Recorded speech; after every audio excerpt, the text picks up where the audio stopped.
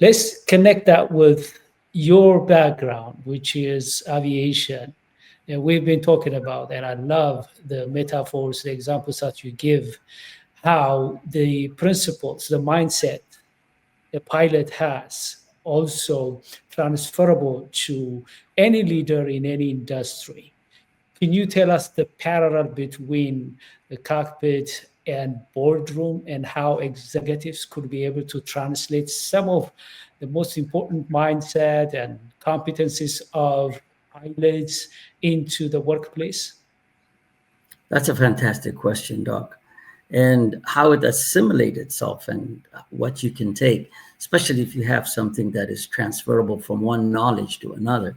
It's something that will help you. I mean, excel.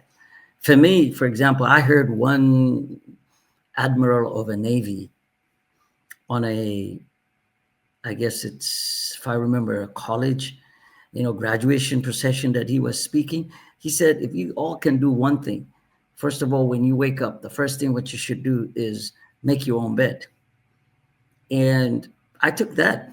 I took that all the way. And trust me, to this day, I've heard this thing maybe 15 something years ago. First thing that I do is I make my bed. Trust me. So when you take these things that you've learned and you take them to the next level, one of the things that aviation teaches you is discipline. Trust me, you are flying.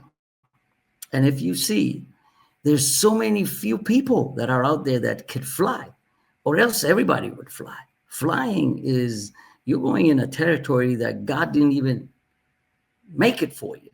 Because as a human, you're supposed to walk on earth, not fly. So we are in foreign territory with the birds, and we are in their territory. So we have to abide by their rules. We have to abide by the rule that says, hey, if you don't do it this way, and I'll tell you, there's one thing I will never forget it from one of my instructors that said, hey, you treat this airplane right or else she will kill you. Treat her very well. And that's what you can get by taking what I have learned. The number one thing I told you is discipline.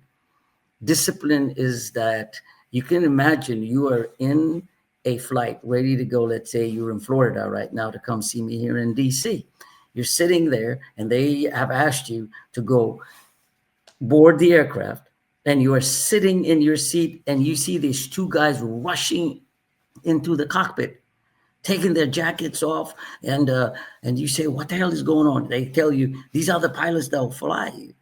You will be so and anxiety and so antsy. Why? Because usually you're used to, when you're walking to the aircraft, you look to your left, you'll see these two guys will smile back at you and say, don't worry, we got you because we've been prepared. So as a pilot, you get there 2 hours, an hour and a half early to make sure that you are prepared. You hear about the aircraft, you hear about the weather, you hear about the load, how many passengers, what is my alternate if anything happens, what can I do to save these people that I have been given as responsibility. And I can give you a very simple example that a good, my professor from aviation law passed. He asked a student, if you took off at night and the weather was bad and you took off and you had 300 passengers with crew and you died, how many people died? And he thought, is that a trick question, Professor? 300 people died. He looked at him and said, look, these 300 people at least have 20 families. You killed 6,000 people. You have killed people. There are not just one. So when you're in aviation, the discipline that you have, and from that discipline, the awareness. I mean, I know about one awareness I can tell you recently here in DC, where a helicopter ran into another aircraft, and the aircraft ended up in the Potomac River. That aircraft was coming to our hangar to get fixed that night. Okay. And how did it happen? From the, I guess, investigation that we've heard, it was situational awareness. The helicopter didn't know that that aircraft was in that area. So that situational awareness, it gives you that same thing when you are in leadership. What are you aware? How People, after they have intentional purposes to do what they want to do, the next thing is, how did you get that intentional purpose? What made you aware? Is it the kind of life you have? Is it the career that you're stuck in? I always say, when you're stuck in your career, do something, because you'll go extinct if you don't do something. Because I always say, stagnation is the manifestation of extinction. So what do you have to do? And with that, I'll tell you, we go out there and we preach about, look, how about preaching to people? What kind of decisions do you make when you're under pressure? And that goes back again to emotional intelligence. How do you teach people on how to control their emotions? Because everything that you do in life is associated to emotion. People make decisions. One thing that makes us different from all these animals that we live with is the kind of decision that we make, which is proactive rather than the way they make reactive. So, like you said, this assimilation between cockpit and leadership, for me, it's major. And the last one that I will leave you with is teamwork. If you're in a cockpit, you better be working on a teamwork. I've been an instructor on crew resource management for years. And I taught people, especially at one time for 3 years, I taught military Navy guys coming out of the Navy and going into the civilian world, because these fighter pilots, they all fly their own airplane, afterburner. I can do whatever I want. I can flip this air. When you come to the civilian world, you can't do that. You can't be flipping airplanes, like what's that guy's name? Denzel Washington in his movie. That doesn't happen in aircrafts, brother. You do that to an aircraft, that aircraft will not. Yes, you might be doing that and survive, but you're going to do a lot of damage. Why I mentioned that for you is that this decisions that you make, this immediate decisions that you work with your emotion, we have something that's called, memory items that have to come immediately, especially you're taking off, for example, and the engine is gone. You don't know what has happened for the first 15 seconds. You're trying to figure out, and then do your memory item. This, what it helps you is, as you go into leadership, is that what kind of a reaction do you do when somebody comes at you? Are you the kind of guy that has empathy and you listen? And you listen, not just hear, you listen attentively, not prepare to talk back, but listen to understand. See, all these that you see, if you've taken it from aviation, because while we are up in that sky and we're communicating with air traffic controller and they tell you turn left, you don't tell them turn right. That could kill you. Why? Because you can collide with another aircraft. So repeating back what the other person has told you, that requires a major listening. With that, you develop as you go into leadership. Oh, I better listen to this guy so he could understand me. What am I saying to him? Or, what am I responding to this person?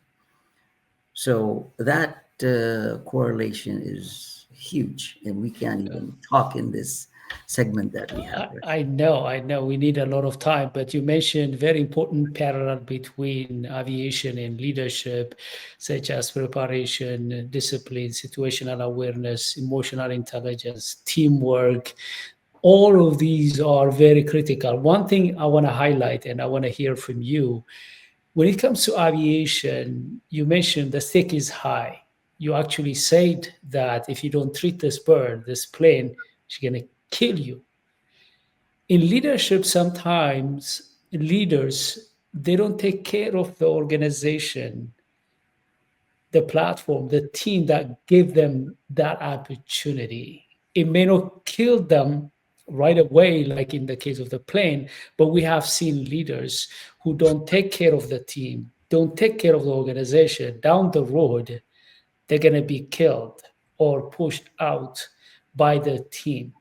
And this parallel is very important. I don't need to wait until I'm pushed out. I don't need to wait until I become irrelevant. I have to have this sense of awareness. Look, I have to take care of the bird. I have to take care of the plane. It's very, very important. I'm here not because of me. I'm here because of the team, the organization, and the greater good. And sometimes leaders in the workplace, they don't see that, they don't have that sense of urgency to believe that all of these parallels in aviation should be translated and implemented without delay. They should have this sense of, do you see that? I'm sure you and people who have been in aviation, that's easy for you to create that kind of context and to take the team, the organization seriously, develop all of those competencies, including the listening one. But we don't see that in corporations. What do you think is going on? That's another beautiful question that you've put. You see, John Maxwell has written it in the best way in his book that's called The 5 Levels of Leadership. See, everybody, as you have said, to understand what is really leadership and leading people has nothing to do being a boss, has nothing to do being in a position. It has something to do when you turn around, there are people behind you. And these people are not fake. And how do you find that? Because John Maxwell says, when you get a leadership position, you just have a position. You don't have no rights to lead the people, nothing. It's just a position.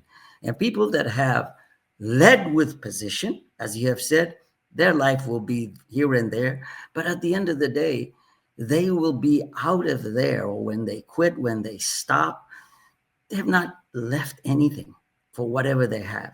And they've been this, Hitler guy that went out there and tried to execute everybody. No, look, when you're given a position, you've given the opportunity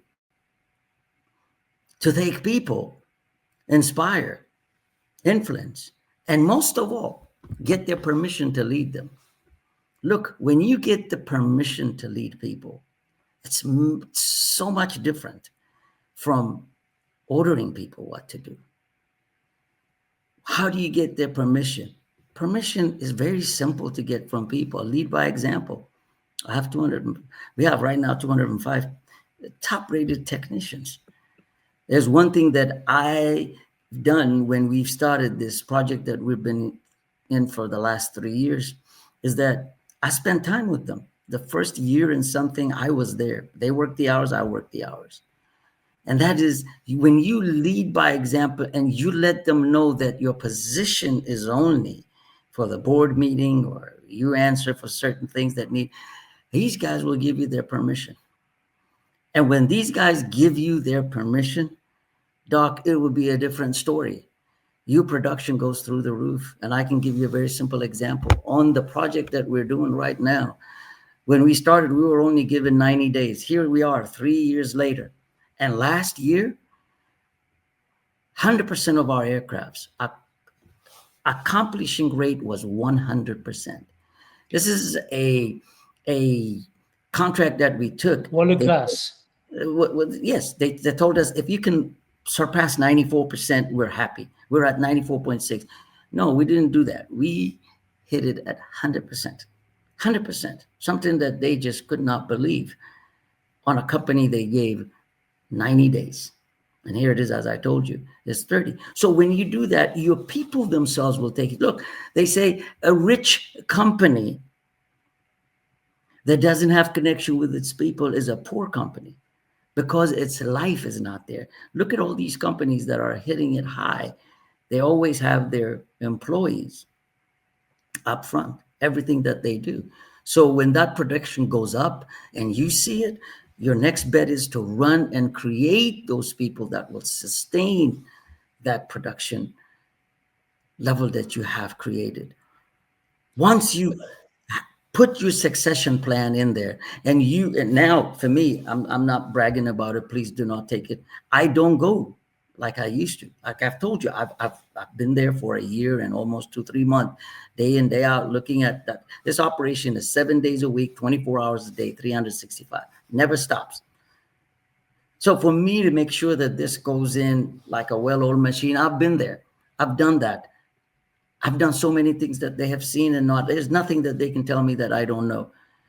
And just like I told you, when we took this contract, I'm the first one that cleaned the hangar. And they couldn't believe it. This guy, what is he? He's a crazy guy. But guess what? Today, it was very easy for me to create, or the succession plan was so easy because they've already given you the permission. They've seen how the production went up. For me right now, I'm just waiting for that pinnacle time where we can scale up. And what's the pinnacle time? You don't think about what you have done. For you people, it's who you are. They know who you are. They know you're part of the growth, part of the up and down, part of everything. So for what you have said, what makes that big difference is that for you to understand that if you are someone that's there and call yourself a leader, not a manager, because I don't like managers. I love leaders. Why? Leaders are there to influence. Leaders are there to inspire. Leaders are there to do one and only one thing, to lead by example. Because when you lead, you're a leader. And acronym says the E stands for empathy. You have empathy. You have that, what most leaders don't have. They don't like to listen. You, with that A means you have that right attitude. That attitude that's always there to take them to that, what they say, altitude determines your altitude. So you're there to do that on a daily basis. And the D is you are determined. You are this determined, decided person that's going to make sure that your way of showing your leadership or creating that environment of leadership is by being a servant leader. Powerful examples. I love the acronym, but I want to emphasize two powerful things that you shared in terms of why leaders are not taking their position seriously and enter into a sense of urgency. The first one you mentioned about was leading by example. I was impressed when you told me about how you lead by example, the story you just shared, which is going there to clean the hangar. A lot of people don't do that. They think that's for some people down, down the line, not for them. They need red carpets. They need doors open for them, and they want to command and tell people. And that's why they're not taking care of the bird. That's why they are killed, metaphorically. The second powerful thing you mentioned about the delegation. I have to be honest with you. I know a lot of leaders, they're really world class in terms of their mindset, their competencies. One area they struggle is to scale. There is no way you could be able to scale without knowing how to delegate. You told me exactly. Initially, to impart your knowledge, to set the tone, to create the culture, to lead by example, you may be there more than you should be. But after that, once you delegate, you let them get unleashed. Once you have people duplicate you, and once you have leaders who shoulder responsibilities, now you have free time to think bigger. The one you mentioned, we have to scale. We have to go to the next level. And I'm glad that you are that kind of leader who leads by example, plus somebody who raises other leaders.